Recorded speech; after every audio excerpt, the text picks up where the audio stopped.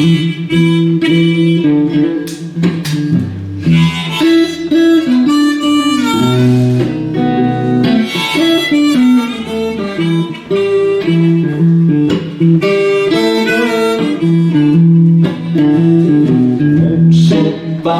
tell me, answer if you can.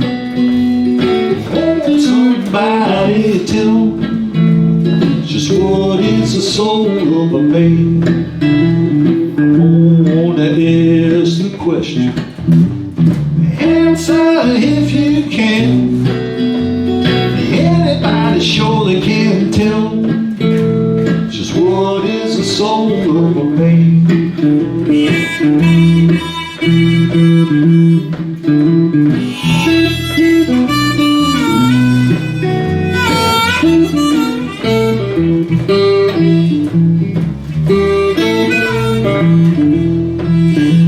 I read the Bible often, I try to read it right, as far as I can understand. There ain't nothing but a burning flame. Oh, somebody tell me, answer if you can. Oh, somebody to tell me, just what is the soul of a man?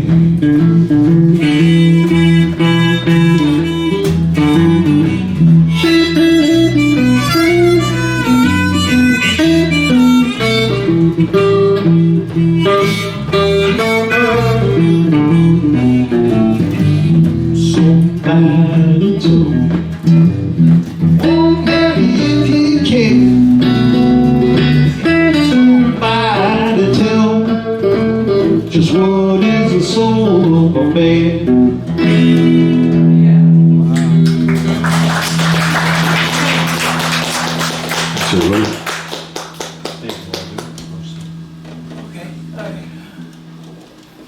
Thanks for asking. I'm going to turn the mic over to Dave. Awesome.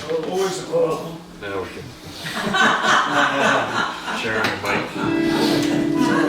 Sounds like someone that's working on the side. Get this if I do stand around later, maybe I have my own. This number did that, you know.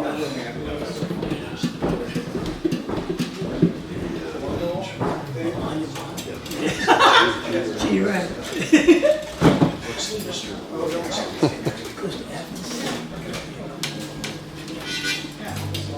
And this basically, it's been in the garage for a year, so it seems to be cutting in and out. Sounds good. But that's okay.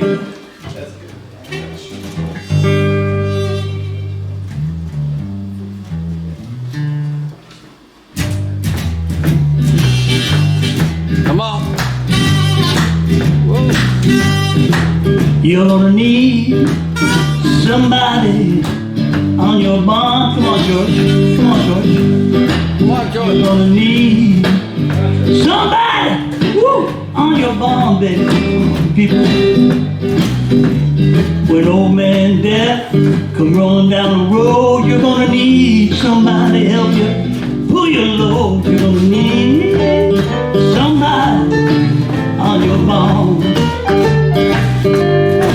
I see Mary Martha walking down that hillside. Yeah, Mary Martha said, look at the Jordan River, the water's deep and it's wide. Yeah, yeah. Here come Moses, faithful Moses. Hey, carry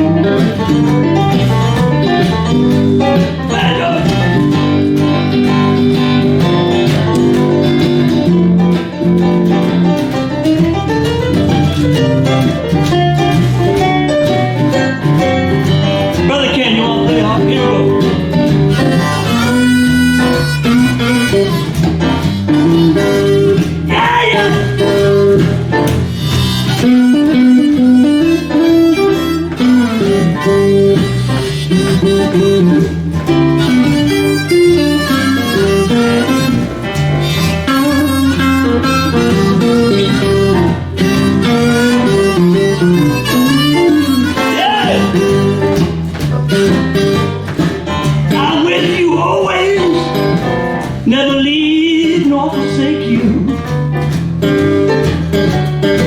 Love you from the time before you were born. Yeah, yeah, yeah. So I'll be on your bond, don't you worry, don't you fear. Love your brothers and sisters everywhere. And you're gonna need somebody on your bond, alright. I'm gonna need somebody on your bond. You're gonna need somebody on your bond. When old man death come rolling down the road, you're gonna need somebody to help you pull your load. You're gonna need somebody on your band. Let the band play a while. Play George.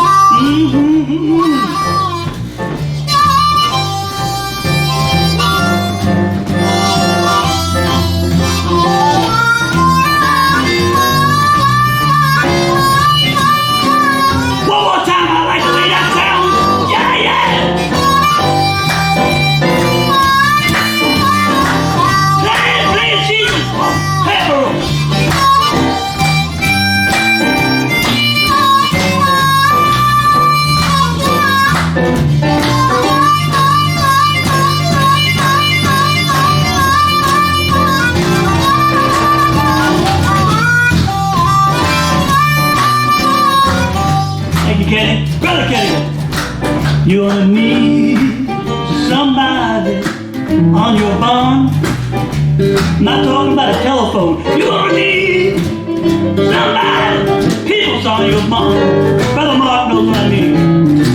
Well, when old man death come rolling down my road, I say thank you, Lord. Thank you, Lord. You're gonna need somebody on your bond. You're gonna need somebody on your bond. You're gonna need somebody on your bond. Here we go, boys. We all got somebody, oh yes we do, on our bond.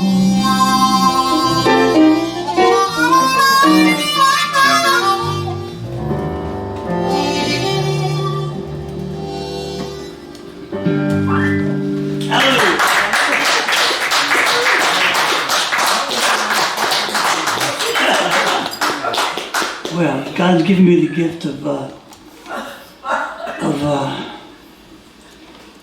like you all do. We have all of us have our own cross to bear, and that's talking to Mark, and I've been moved today, and so I have somebody on my bond, and so do you. It's not just a concept; it's an experience. Amen. Lord. And that, as they say, a drop of experience is a rainfall of knowledge. Much more. Yeah. Wonderful. I love George. I've known him all my life. Wow. We played basketball together in Franklin School and elementary school. I've been blessed. Long time, bro. We still have to play one-on-one. He says his hip hurts. I think now's the time to play.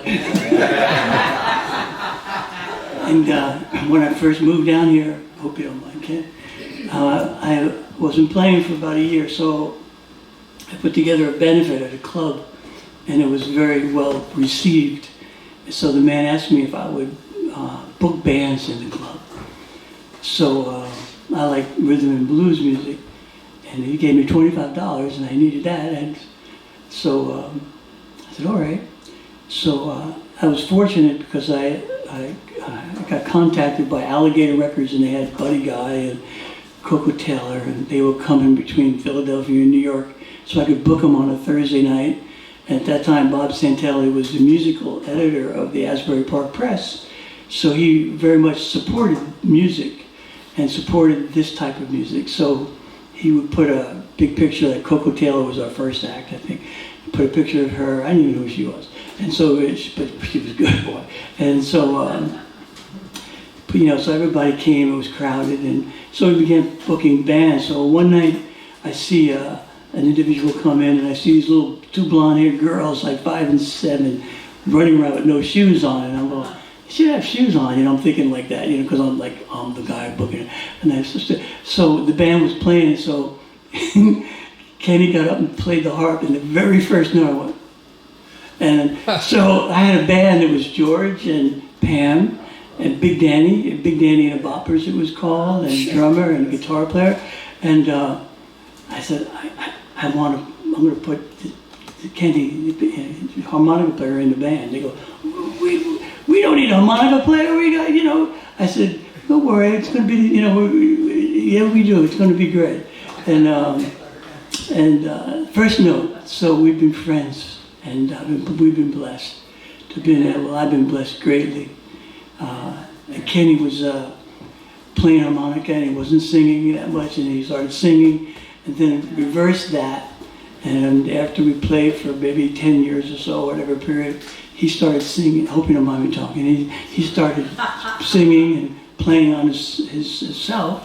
And he called me and said, "You want to play?" And I said, "Sure." And then this guitar player was Sonny Ken, who was a very good player. I knew Sonny, but I didn't know. We played like strictly blues. Sonny plays rockabilly, but it turned out to be the greatest guitar player. And so it began a project for like 10 years or so, and see Kenny grow. And not that I say I'm anything below or below, because that's not what I'm saying. But watching him has been such a joy for me. And to be part of any small part of that. So I haven't seen him, and I was sick, and he called me. It was great. And so I played so this is really good. It's really good.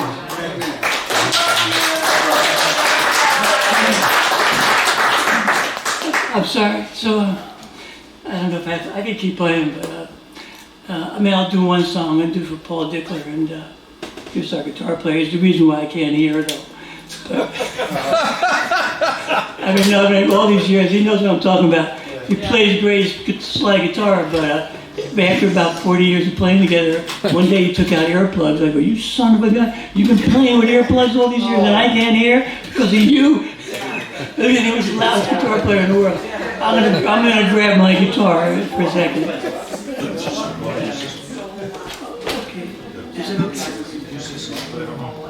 Okay, thanks. Yeah. That's Pete Townsend once asked Paul to turn down. What's that? I said Pete Townsend once asked Paul to turn down. Are you serious? That loud though? Oh goodness, painful. Great, but painful. Too much. David?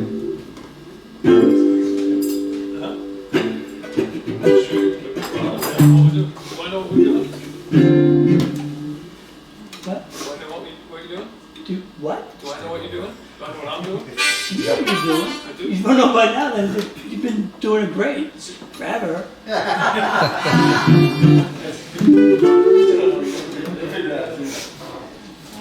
Paul and I, not to bore you, but I was in Monmouth College. It's like 70, and I've always playing in a band, and I never did well in school. So I said, I'm not going to play with a band. And thank you, Lee. Hey, you want bass on this? Thank you. You want to play? There's a lot of chords in this song, so don't worry. There's only 12 notes. What are there, 2? The song I wrote, there's no chords at all. True story. I wrote a song for the band once. Dave, I said, "Dave, you're gonna love the song. Get 2 chords in it. You're gonna love it." He goes, "Still one too many for me, but I'll try to get by." One too many chords. Serious. Oh, that's funny. That is You good. okay? Want to share? What's that? You want to share? No. You look uncomfortable. You okay? I'm fine. We got you all in. We're good. What key?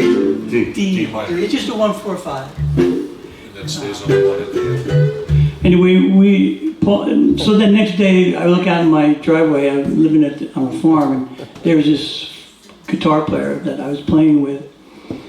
And so I'm not playing with anybody, and he was there, and he says, I need to get out of New York. So he moved in, and he and I started playing. And there was a song by John Mayall we used to do, and I said, I could write the lyrics so we can just keep the groove, and I did, and it was 1972. So I wrote the song, and it's called Stand on a Rock, and it became much more meaningful as my life moved on. So standing on a rock. Because Christ is our foundation, and in that foundation, I think I read this and I believe this. I often tremble upon the rock, but the rock never trembles under me. Oh, good. I often tremble love on it. the rock, Yeah. but the rock never trembles under me. Yeah, amen. And I said, that's true. You ever notice that when you see something or hear something, that's true?